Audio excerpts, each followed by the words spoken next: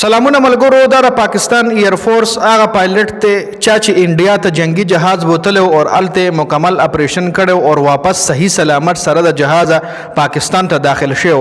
اصل کې د اقلیت نه تعلق لري، دا مسلمان نه دی.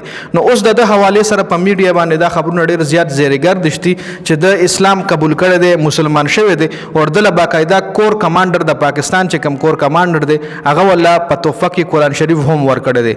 نو د کې حقیقت څومره دی، آیا د واقعي اسلام قبول کړي دی کنه، په دې باندې په دې ویډیو کې تفصیلا خبره کو. نو د پاکستان ایر فورس حواله سره هم سب اپډیټس چې په هغه باندې هم خبره کو. نو ویډیو خپل هم مکمل وګورئ او مخکې ملګرو سره ضرور شریک کړئ. په میډیا باندې د کامران مسیح د دنوم دی، کامران مسیح په میډیا باندې د حواله سره دا خبره هم ډیره زیاته زیری ګردشته چې د کله انډیا ته جنگ تتلو جهاز بوتلو جنگي جهاز. نو هغه ټایم دای چې د خبره وای کړي و کچره زه صحیح سلامت واپس راغم نو زه به اسلام قبولوم. نو بیا د اوس وای اسلام قبول کو په سوشل میډیا باندې دا خبره ډیره زیاته زیری ګردشته چونکه دی کې هیڅ قسم ریالټي نشته، هیڅ قسم حقیقت نشته دی. چونکه پکار خوا چې اسلام قبول کړي وي او الله دو کې چې الله پاک والله دا سیدی لارې توفیق کی الله پاک تی ولدل هدایت نصیب کی دعاګانې بولکو. خو چون کې د کې لا هیڅ قسم ریالټي نشته دی، د کې هیڅ قسم حقیقت نشته دی. کامران مسیح لا اسلام نه دی قبول کړي، والله دوی کې چراتلون کې وخت کې الله پاک دل هدایت نصیب کی اور د اسلام قبول کیجی.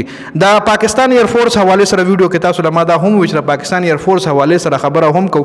نو کله نه چې پاکستان انډیا ته شکست ورکړي دی او د پاکستان کم ایر فورس ته د صحیح سلامت خپل جهازونه د پاکستان حدود ته واپس راوستو. نو هغه نه پس د پاکستان ایر فورس چې کوم دی PAF پاکستان ایر فورس په انټرنیټ باندې ډیر زیات سرچ شوی دی په ټوله دنیا کې.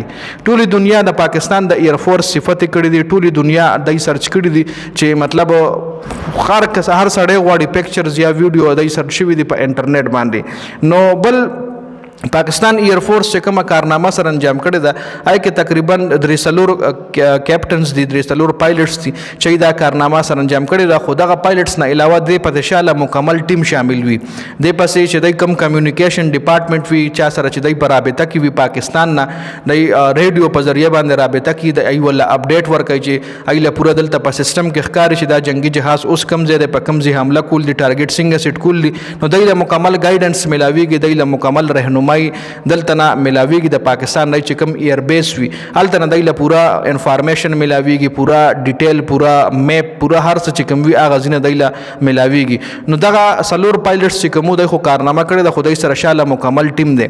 دا نه چې صرف د سلور جهاز اوچت کولاړ انډیا کې وګرځیدل، خدای هو غټه کارنامه چې کومه ادای ده. خدای په شاله نور هم د نورو کپتانانو د نور ایر فورس ځوانانو دای په شاله هم ناغي خپل هم ایفورټس شته.